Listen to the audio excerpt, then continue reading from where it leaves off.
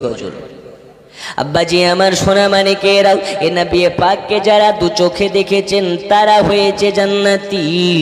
প্রশ্ন জাগতে পারে হুজুর তাহলে নবীকে দেখার জন্য যদি জান্নাতি হওয়া যায়, নবীকে তো আবু জাহাল একবার নয় দুইবার নয় কদমে কদমে দেখেছে, তাহলে কি আবু জাহালও জান্নাতি নাকি?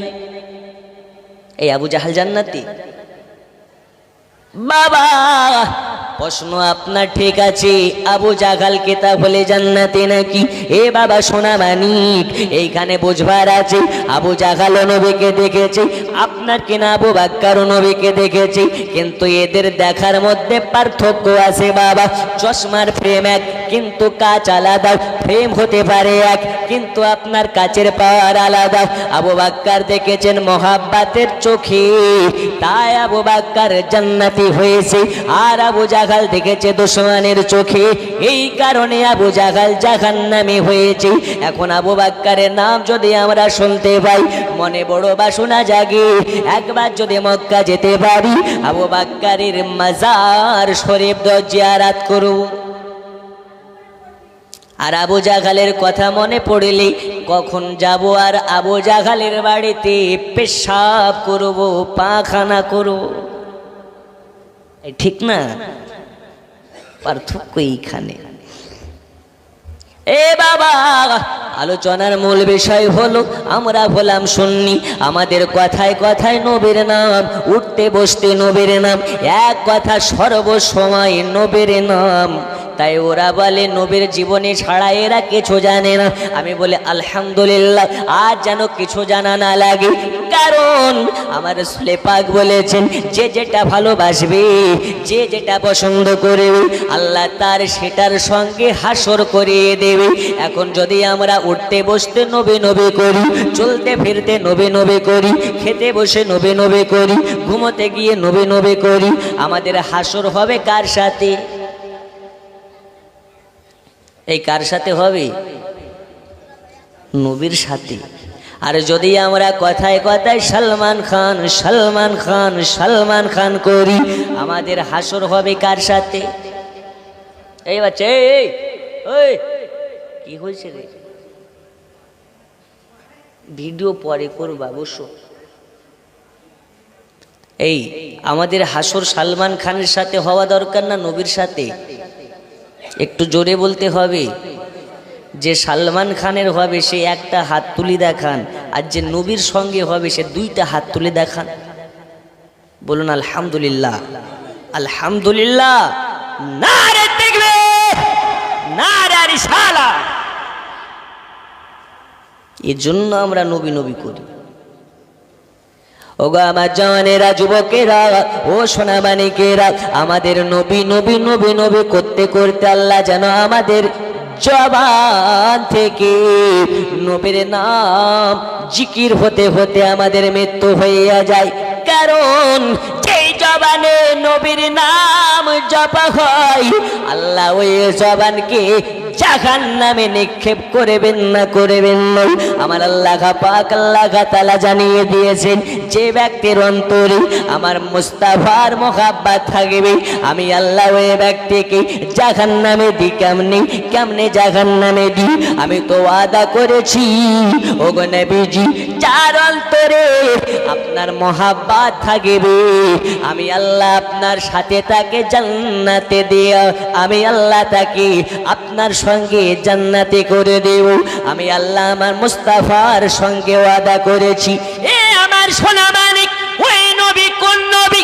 যেই নবীর উম্মতকে আপনার আমার আল্লাহ পাক এত অফার দিয়েছেন, এত অফার দিয়েছেন। ওই নবীর উম্মত যদি হাঁটে তবু সওয়াব পাবে, খেতে বসেও সওয়াব পাবে, মিচকি হাসবে তাও সওয়াব পাবে। এই নবীর উম্মত কথা বললেও সওয়াব পাবে। কারণ হলো একটা, আমরা হলাম সকলে উম্মতে মুহাম্মাদি। উম্মতে মুহাম্মাদির ফায়েজ কত! ওগা আমার পর্দার আড়ালের মা খালা, আজকে তোমাদের ওয়াজও হবে মা। চাপনায় আপনারা পাচ্ছেন লক্ষ্মীর ভান্ডার, আপনাদের জেনে রাখা দরকার, আমাদের সরকার নাম তার কি? মমতা ব্যানার্জি। কি নাম চেনে নাকি? আজকে এসছিল না এখানে। মা খালাকে দিচ্ছে লক্ষ্মীর ভান্ডার। এরা বলে এই সরকার বারবার দরকার, কারণ আমাদেরকে দিচ্ছে মাসের মাস লক্ষ্মীর ভান্ডার। যদি মাসে মাসে 500 টাকা দেওয়ার কারণে আপনি বারে বারে এই সরকারকে চাইতে পারেন, যেই নবীর জন্য বাবা পেলেন, মা পেলেন, ঘর পেলেন, দুনিয়া পেলেন, ওই নবীর জন্য কি করা লাগে? একটা ত্রিপল দিলে ওকে মেম্বার বানিয়ে দিই, প্রধান বানিয়ে দিই। এই প্রধানই ভালো, একে আবার জিতানো লাগবে। তাহলে যেই নবীর জন্য সব কিছু পেলাম, ওই নবীকে মহাব্বাত কেমন করে করবেন? ত্রিপলের মতন না অন্য রকম? বন্ধু আমার, সোনা মানিকেরা, চলুন একটু মূল আলোচনার দিকে যাই। আপনাদেরকে বলতে চাই, দুনিয়ার বুকে আপনাকে মহাব্বাত করতে হবে আবু বকর সিদ্দিকের মতন, দুনিয়াতে আপনাকে মহাব্বাত করতে হবে উসমানে গনির মতন, আলী মুর্তজার মতন। এক কথা, নবী যাদের ভালোবাসাতে সন্তুষ্ট হয়েছেন, আমাদেরকে ওই রকম মহাব্বত করতে হবে। ওগো আমার মা খালারা, আপনারাও শুনে যান, আপনাদের গর্ভ থেকে আবু বকর হয়েছে, আপনাদের গর্ভ থেকে উসমানে গনি হয়েছে, আপনাদের গর্ভ থেকে খাজা মঈনুদ্দিন চিশতি হয়েছে, আপনাদের গর্ভ থেকে আল্লাহর বিখ্যাত বিখ্যাত আল্লাহর ওলিগণ হয়েছে, আপনাদের গর্ভ থেকে দুনিয়ার বুকে রাজা মহারাজা হয়েছে, মুজাদ্দিদ হয়েছে। আপনার কিনা এরকম ভাবে আল্লাহর মুমিন বান্দারা হয়েছে, বান্দেরা হয়েছে। ও মা জননী, আপনি যদি হন ভালো, আপনার পেটের বাচ্চা হবে ভালো। কারণ দুনিয়ার বুকে আপনারা আমরা সকলে জানে শুনেছি, আমাদের বড় পীর আব্দুল কাদের জিলানী গিলানী রহমাতুল্লাহ আলাইহি আম্মা জান ছিলেন 19 পারা কোরআনের হাফেজ। এজন্য গৌসুল আজম মায়ের পেটে থেকে কোরআনের হাফেজ হয়ে জন্ম নিলেন। কেমন ভাবে? এইভাবে মা গর্ভে বাচ্চা নিয়ে কোরআন তেলাওয়াত করে, আর বাচ্চা মায়ের গর্ভে আপনার শুনে শুনে কোরআনকে মুখস্থ করে। জোরে বলো সুবহানাল্লাহ। এইরকম ভাবে আর একজন দুনিয়ার বুকে আল্লাহর আপনার কিনা বান্দি এসেছিলেন, যার নাম হযরতে রাবিয়া বাশারী। এই রাবিয়া বাশারীর আম্মা জান হলেন আপনার কিনা একজন নেককারিনী বান্দি, বাবাও ছিলেন তানার নেককার একজন বান্দা। মার নাম হলো মাইফুল, বাবার নাম হলো ইসমাইল। তানারা আপনার কিনা অতি গরীব। এই ইসমাইলের ঘরে সকালবেলা খাবার হলে সন্ধ্যাবেলা হয় না। আমার আল্লাহ বলে, দুনিয়াবাসী রে, গরিব হয়েছ বলে কোনো সময় দুঃখ করো না, গরিব হয়েছ বলে কোনো সময় নিয়ে আফসোস করো না। কারণ গরিব যারা আল্লাহর রহমত পাবে, তারা গরিব হবে যারা আল্লাহর ভালোবাসা তাদের জন্য অন্যান্য রকম থাকে।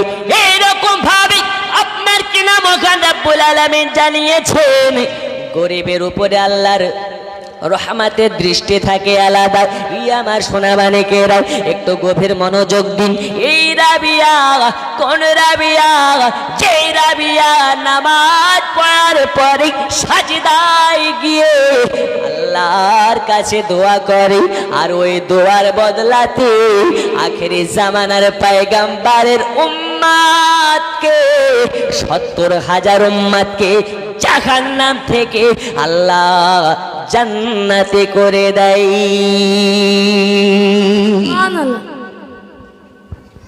এই মায়ের পাওয়ার কত, যে সাজদাতে গিয়ে দোয়া করে তো 70,000 জাহান্নামীকে আল্লাহ মাফ করে দেয়। আর আমাদের ঘরের মা খালা যদি দোয়া করে, ওর দোয়া বাড়ির ছাদের